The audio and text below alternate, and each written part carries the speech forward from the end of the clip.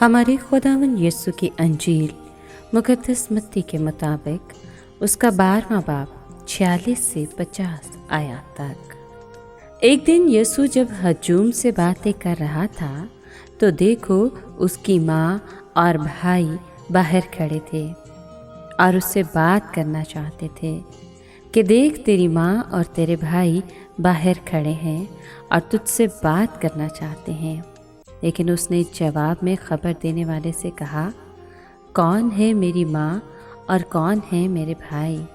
اور اپنا ہاتھ اپنے شاگردوں کی طرف بڑھا کر کہا کہ دیکھو میری ماں اور میرے بھائی، کیونکہ جو کوئی میرے باپ کی جو آسمان پر ہے مرضی پر چلتا ہے، میرا بھائی اور بہن اور ماں وہی ہے۔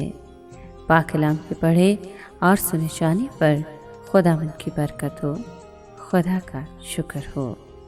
عزیز دوستو،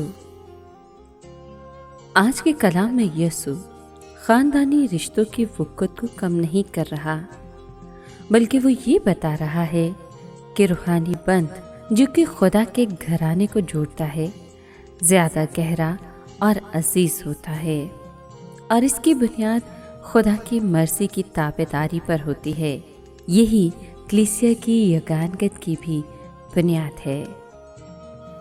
آئیے آج کے دن ہم اپنے خاندانوں کے لیے دعا کریں کہ جلال سے بھرا خداوند ہمارے خاندان کو عظیم برکات عطا کرے، تاکہ ہمارے گھروں میں محبت اور فرمانبرداری بڑھے، ایمان نوجوانوں کے دلوں میں فروغ پائے اور خاندان تمام تر آزمائشوں کے اثر سے مقابلہ کرنے کے لیے طاقت پائے، اور ہم ہمیشہ خداوند یسوع کی مرضی کو بجا لائیں جس طرح اس نے اپنے باپ کی مرضی کو پورا کیا، تاکہ ہم اس کے خاندان کے رکن بن سکیں۔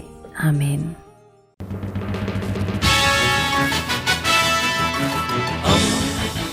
دوستی کا پیمبر، ریڈیو ویریتاس ایشیا۔